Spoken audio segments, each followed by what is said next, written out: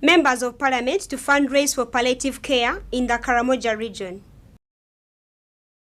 We should stop importing car batteries, President Museveni tells investors. UNAIDS report on AIDS indicates that inequalities are holding back the fight against the pandemic. Ndeje University handball team ready for the East African University Games. Vipers move ahead over Wakiso Giants in the Uganda Premier League.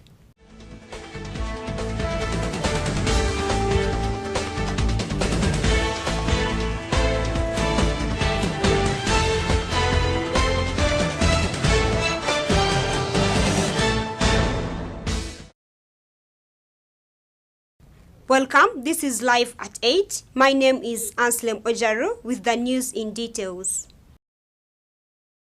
Members of Parliament have joined the Palliative Care Association of Uganda to mobilize funds aimed at improving lives of patients, their families and their caregivers in the upcountry regions of Uganda.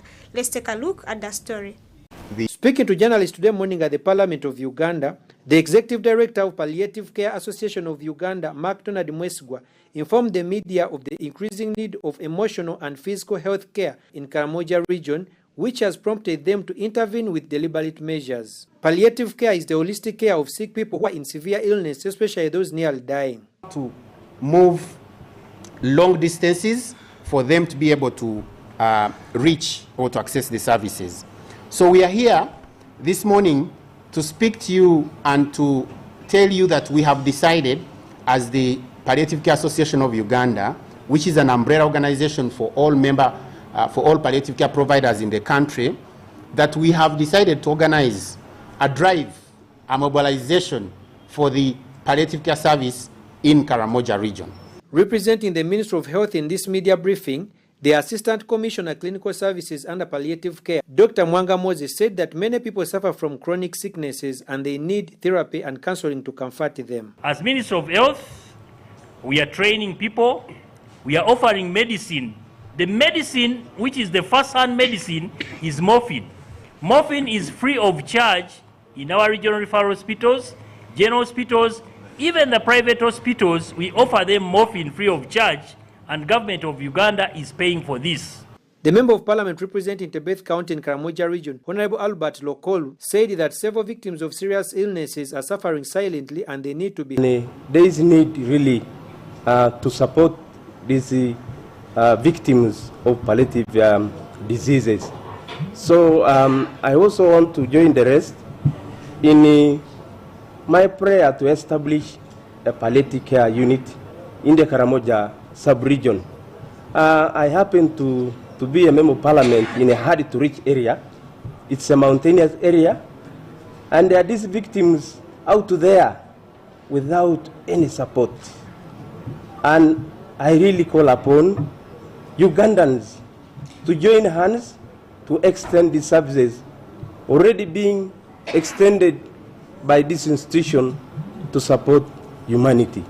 In the same media briefing, Honorable Emmanuel Komol, representing Dokoth East, thanked the government for the CT scan machine in Karamoja region that has helped so many people in Karamoja to receive necessary health care. He, however, asked government and other well-wishers to search out resources and scholarship for the learners in Karamoja. Scholarships to effect the education of those Karamoja young girls and boys. Right now, as we speak, yesterday we had a call. Personally, I was called from one specific nursing school. They have 32 students of Karamoja, and all of them are fee defaulters. Fee defaulters in a sense, like the school is demanding them 3 million, 2 million, 1 million. So there's a lot that's going on in Karamoja in silence. And I thank the entire team that brought the team from Karamoja here, the doctor and the nurses, so that you can feel for yourselves when these people speak. Sometimes when you speak these things in Parliament, you think like maybe we are fabricating stories, but this is reality on the ground. So the government should really search out the resources. You've heard of the doctor talking about transport means and other logistical needs, and even for equipping the facility itself.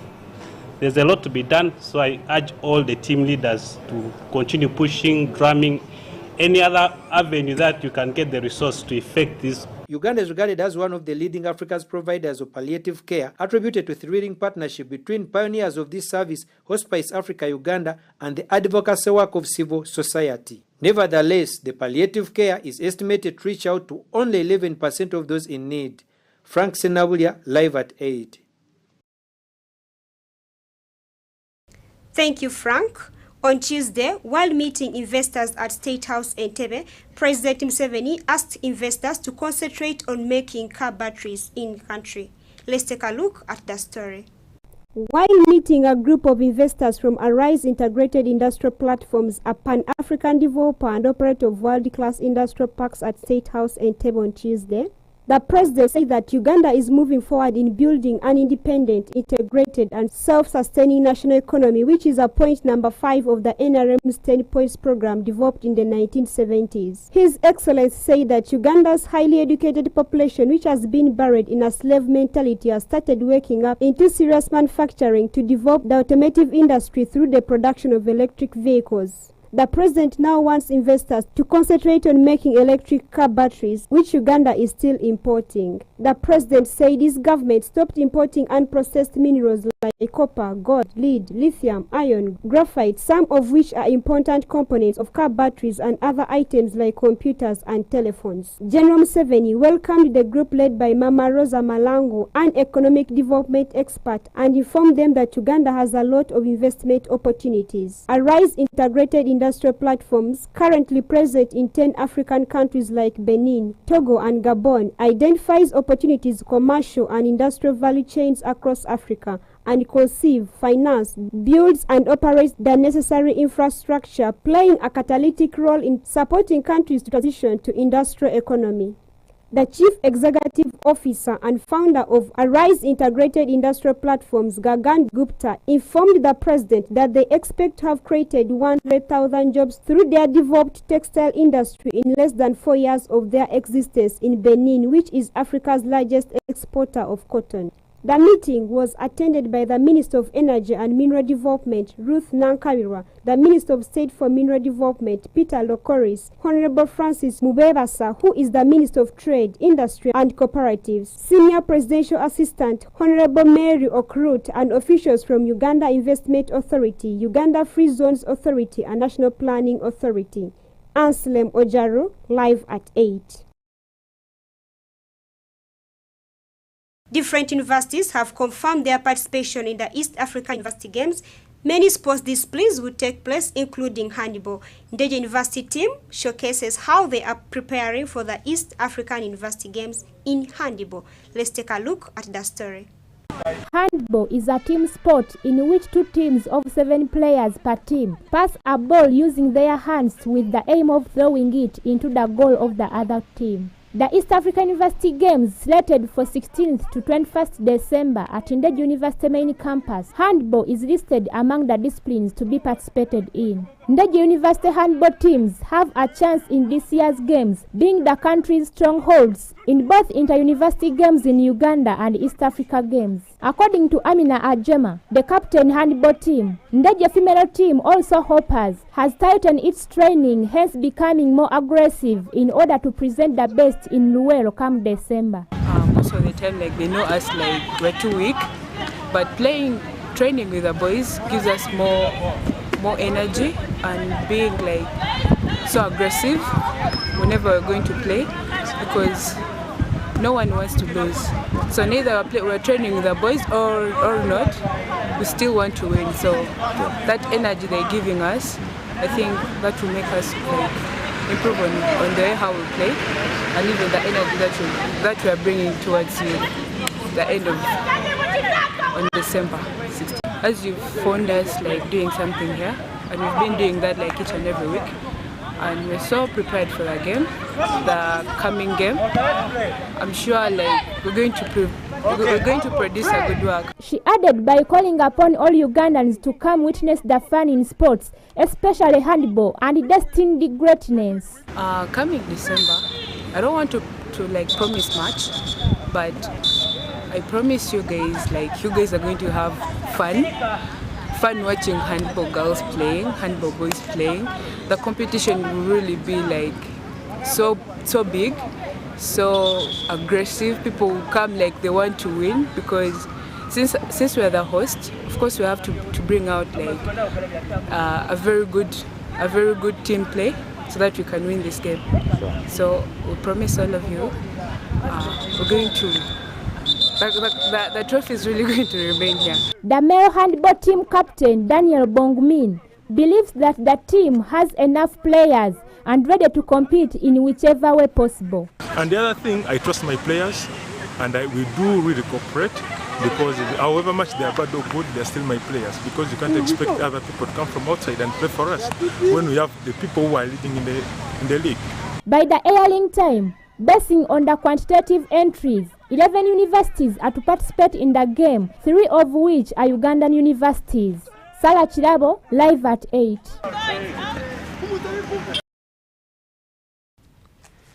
Thank you, Sarah.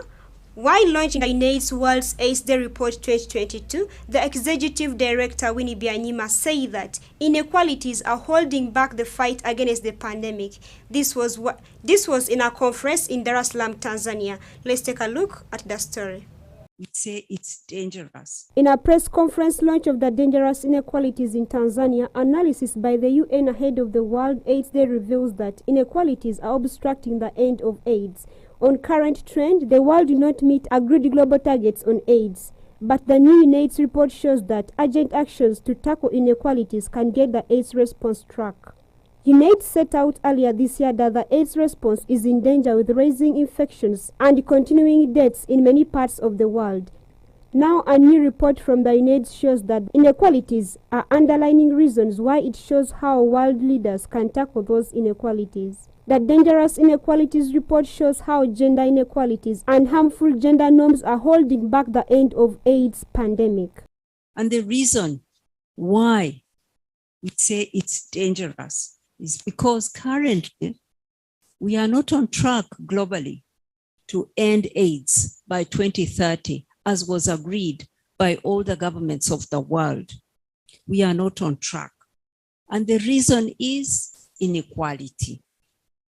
But there's good news. By equalizing, which is possible, we can end AIDS by equalizing, hence equalize. How? First, we must equalize for women and girls to reduce their risk of HIV infection. We must equalize for women and girls. Here in sub-Saharan Africa, adolescent girls and young women are 3 times more likely to be infected with HIV than boys and men of the same age. So if you think of 4 young people, 3 new infections are of girls or young women. 1 is a boy or a man. The driving factor behind this is inequality, inequality, inequality.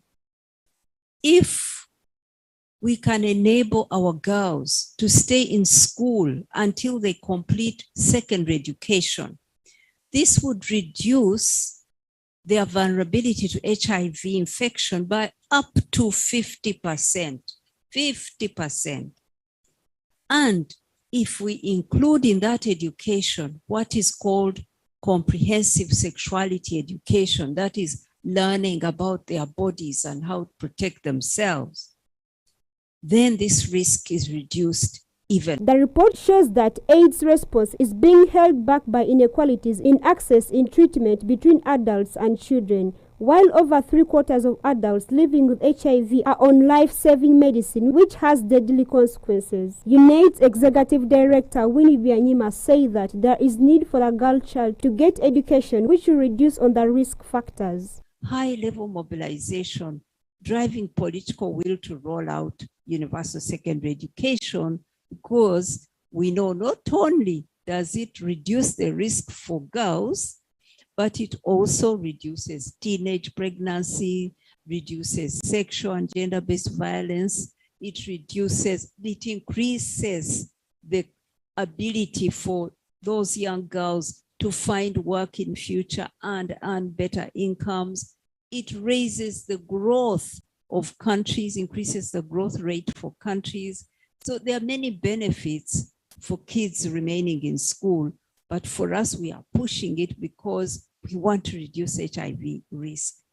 And look, when you see in 2021, children accounted for only 4% of all people living with HIV, but 15% of all AIDS-related deaths. In 2021, 650,000 people were lost to AIDS and 1.5 million people newly acquired HIV. This year, the World AIDS Day celebration will be commemorated under the theme, Equalize. This celebration was founded by the World Health Organization on 1st of December 1988.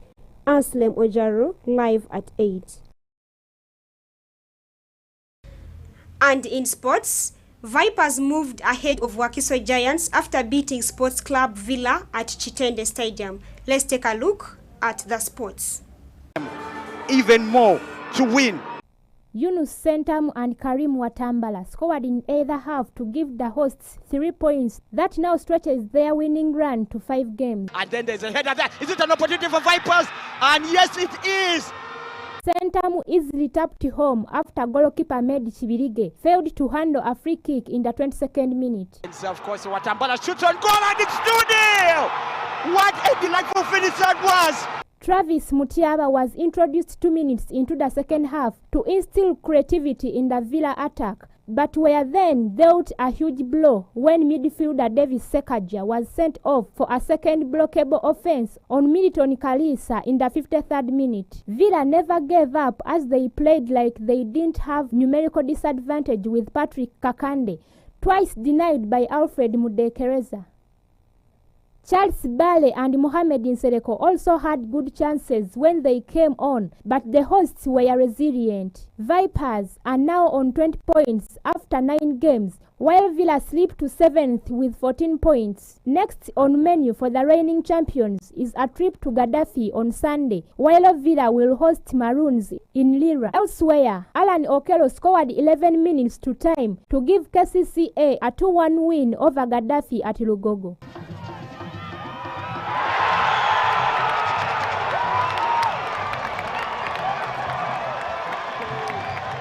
The midfielder got the winner in the 79th minute to turn Alex Chitata's equalizer into a mere consolation after he had cancelled out an early goal from Brian Mwanjega. At Kavumba, Nelson Senkatuka scored in either half to give Bright Stars a 2-0 win over Bull. Asaf Mwebaze's men have now won 3 games on the bounce after failing in 7 attempts and climbed to 6th on the 15-team table with 14 points. And Bull drops to 4th with 17 points in the 9 games. In Lira, Black's Power won a second game in a row beating struggling UPDF 1-0 at Akibuwa Stadium. Ivan Okello scored the winning goal in the 78th minute to help Hussein Mbalangu's men to 8 points, 5 above relegations in 12th position. URA and Maroons drew a 4-goal thriller at Luzira. George Senkaba and Derek Indahiro netted for the tax collectors, while Abraham Tusubira and Fred Amaku scored for the hosts. Salah Chirabo, Alan Gamol, live at 8. Oh, it's been very fantastic. You know, the World Cup to me is the biggest human spectacle that one can ever talk about. To be part of it has been very amazing to me and very fulfilling to me too. And I'm further inspired by people who have covered 15, 16, 17 World Cups, and I hope I will be able to do that. In my first World Cup, I met a man, Diego Lucero, who was then known to be the only man to have watched all editions of World Cup from 1930 to 1990. So I was privileged to meet him. And I was also privileged to meet him again at USA 94 before he passed on the following year. So I have people whose footsteps I'm following, and I'll keep following them because they are inspiration to me, and the World Cup continues to be bigger and bigger, and it's something that I will forever cherish, especially this award. My favorite World Cup undoubtedly was Italia 90, which was my very first adventure into World Cup. And it was also the World Cup in which I consider I was given the warmest reception. I remember when the accreditation form came, February 2, 1990, and in it there was a card inserted in which we were told that upon arrival in Italy for the World Cup, in whichever vessel you are driving in or that is being taken you to Italy, once you get there, just raise that card. And I did that, flying from Lagos to Amsterdam, Amsterdam to Milan. Immediately I just raised that card like this. There was an announcement inside the aircraft that everybody should wait for an esteemed FIFA World Cup Italia 90 guest. And as I sat at the back and in my Nigerian flowing gown, and as I was doing what Kis Daniel called buga, that is throwing my gown here and there like this, there was an applause for me as I walked through the house, and I was the first person to exit the aircraft. And upon getting out of the aircraft, there were stewards to collect my luggage, my hand-long luggage and everything. So it was such a warm reception. I will never, ever forget that Italian 90. Yes, of course. I watched them playing the first match against Argentina. And I entered that stadium. That was the biggest stadium I ever entered as at that time, the San Siro. Before that time, my opinion or my impression about stadiums, about players were just what I gleaned from newspapers and watch on television. But in blood and flesh, I was able to behold that big stadium. Even though getting there, I lost about $600, which as a young man then made me feel very sad. But as I entered the stadium and I saw Diego Maradona, I couldn't imagine the feeling that was in me. He was juggling the ball, going front and back. The ball, first of all, the traditional one, jogging the ball from the leg, then to the shoulder, to the head, and all. It was amazing. I didn't know when I started saying, oh, I've been to the mountaintop, I've been to the mountaintop. And to everybody there, they were looking at me in bewilderment. They didn't know the kind of feeling I was having. So, and to crown up the story of the day, Cameroon, even though my own country, Nigeria, didn't qualify, Cameroon eliminated us. And as an African, my heart was with Cameroon. So seeing Cameroon winning that match, it was very, very awesome to me. And then seeing them against England, I felt bad because that was a match I felt they could have won, especially when they were leading by 2-1 until that unpardonable penalty kick that they considered. And then they further considered another penalty kick in the added time, the extra time, and they lost that match. But that was an Italian summer to remember. Thank you for watching. That was Live at 8. My name is Anselm Ojaru. See you next time.